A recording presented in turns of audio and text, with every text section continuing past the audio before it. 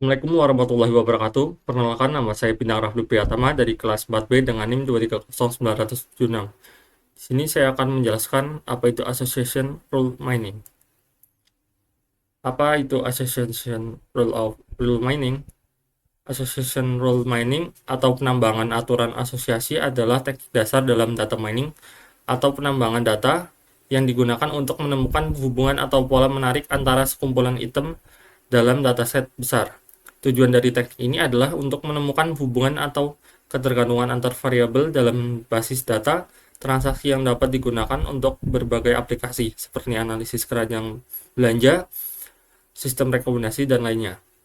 Hasil dari Association Rule Mining adalah sekumpulan aturan yang mendefinisikan hubungan antara item. Setiap aturan memiliki bentuk antecedent, LHS, menjadi konsekuen atau RHS, di mana antecedent atau sisi kiri adalah sekumpulan item yang ditemukan berhubungan dengan konsekuen atau sisi kanan, yang berarti jika antecedent terjadi, konsekuen juga kemungkinan besar akan terjadi. Contoh aturan roti dari mentega. Intervensi: jika seorang pelanggan membeli roti, maka cenderung juga membeli mentega. Metrik utama dalam Association Rule Mining: yang pertama, support, mengukur seberapa sering item set muncul dalam dataset. Yang kedua, confidence, mengukur seberapa sering konsekuen terjadi ketika antecedent sudah terjadi. Ketiga, leaf, mengukur seberapa kuat hubungan antara antecedent dan konsekuen dibandingkan dengan jika mereka terjadi secara acak. Ada dua algoritma populer dalam Association Rule Mining, yaitu a priori dan FP growth. Kedua algoritma ini digunakan untuk mencari item set yang sering muncul dalam dataset, namun dengan pendekatan yang berbeda. A priori adalah algoritma pertama yang dikembangkan untuk penambangan aturan asosiasi. Algoritma ini berfungsi dengan cara iteratif untuk menemukan item set yang sering muncul dengan membangun kandidat item set berdasarkan level atau lapisan. Kemudian ada FP growth, adalah algoritma yang lebih efisien dibandingkan a priori, yang juga digunakan untuk menemukan frequent item set. Algoritma ini tidak menghasilkan semua kandidat item set sehingga lebih cepat dan memori lebih efisien. Cara kerja a priori yaitu menemukan item set ukuran 1. Algoritma mulai dengan menemukan item set tunggal yang sering muncul, misalnya item yang muncul dalam banyak transaksi. Kedua, generate kandidat item set berdasarkan item set yang sudah ditemukan. Algoritma kemudian membangun kandidat item set ukuran 2, 3, dan seterusnya. Misalnya setelah menemukan roti mentega, algoritma mencoba mencari roti mentega sebagai kandidat. Yang ketiga, penyaringan kandidat. Setiap kandidat item set diperiksa dalam dataset untuk menghitung supportnya.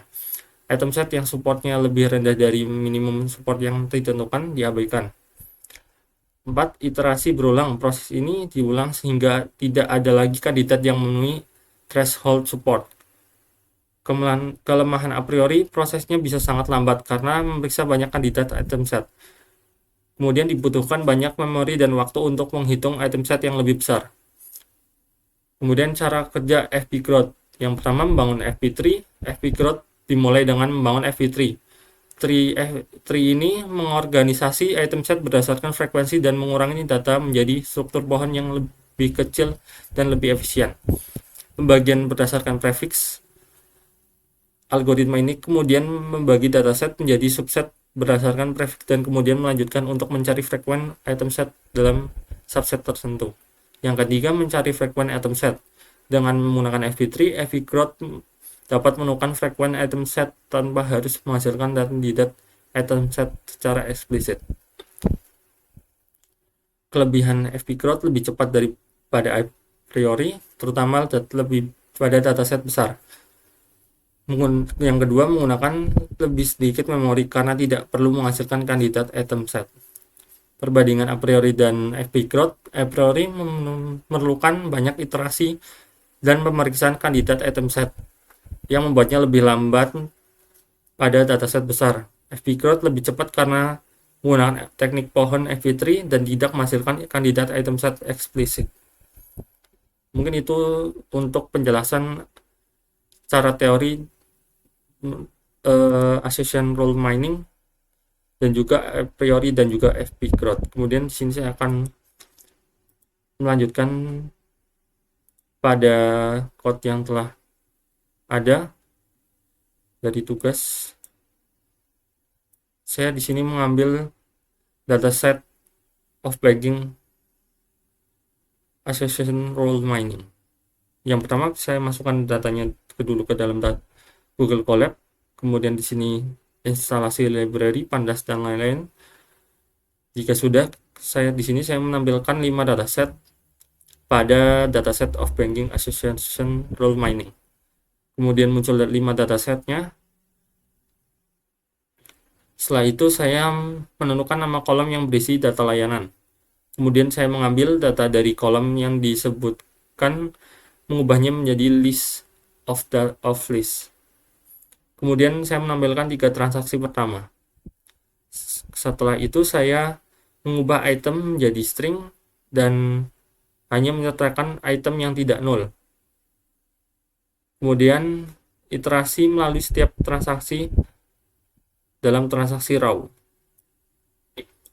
Kemudian saya menampilkan 3 transaksi pertama dari list transaction yang setelah dibersihkan. Yang sebelumnya ada ini, itu ada datanya, ada none, kemudian dihapus semua, dibersihkan menjadi tidak ada. Kemudian saya melakukan inisialisasi object transaction encoder. Kemudian saya lakukan feed dan transform data transaksi of list menjadi array boolean, yaitu true false. Kemudian saya membuat data frame pandas dari array dan hasil encoding dan kolom sesuai item yang ditemukan. Kemudian saya menampilkan 5 baris pertama dari data frame hasil one hot encoding. Muncul datanya yaitu true false dari boolean tadi, array boolean tadi. Kemudian saya melakukan proses a priori terlebih dahulu menggunakan teknik a priori. Di sini saya mencari frequent item set dengan minimum support 10%. Kemudian saya mengurutkan item set berdasarkan nilai support secara menurun, descending. Kemudian saya menampilkan 10 item set teratas dengan support tertinggi. Kemudian muncullah hasilnya. Kemudian saya membuat aturan dari frequent item set menggunakan metric cliff dengan batas ambang minimum 0,7. Kemudian memilih kolom-kolom penting untuk ditampilkan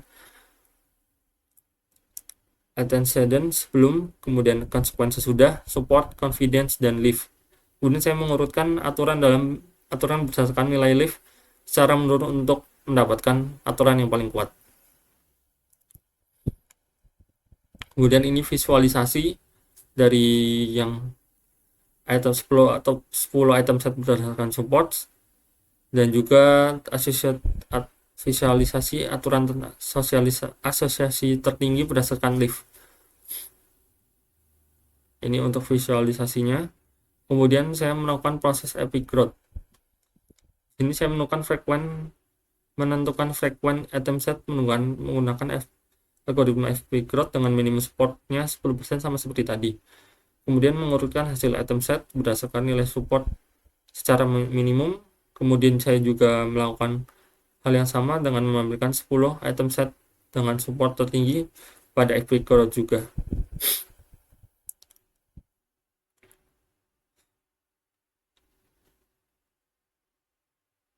Kemudian saya membuat association rule dari frequent item set hasil FP growth menggunakan metric cliff dengan ambang batas minimum 0,7 juga seperti pada a priori. Kemudian saya memilih kolom penting untuk mengurutkan aturan berdasarkan nilai leaf secara menurun dan menampilkan juga 10 aturan asosiasi terbaik berdasarkan nilai leaf. Kemudian saya memvisualisasikan juga pada epic growth berdasarkan 10 item set support dan juga yang lift 10 item 10 rules berdasarkan lift.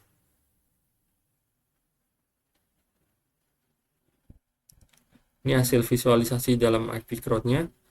Kemudian di sini saya melakukan perbedaan kecepatan pada metode FP Crowd dan a priori.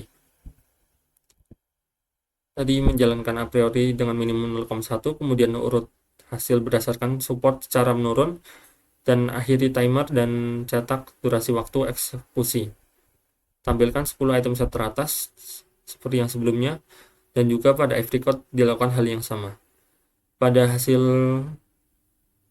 waktu eksekusi a priori dan FP Crowd, di sini dibuktikan bahwa FP Crowd lebih cepat dari a priori, yaitu 0,046 detik daripada a priori yang hanya 0,0074 detik. Sehingga dapat disimpulkan memang FP Crowd lebih efisien daripada a priori, karena di sini tidak memanggil kandidat item set as eksplisit, sehingga yang menimbulkan FP Crowd lebih cepat daripada a priori. Mungkin itu saja yang dapat saya sampaikan, kurang lebihnya mohon maaf. Wassalamualaikum warahmatullahi wabarakatuh.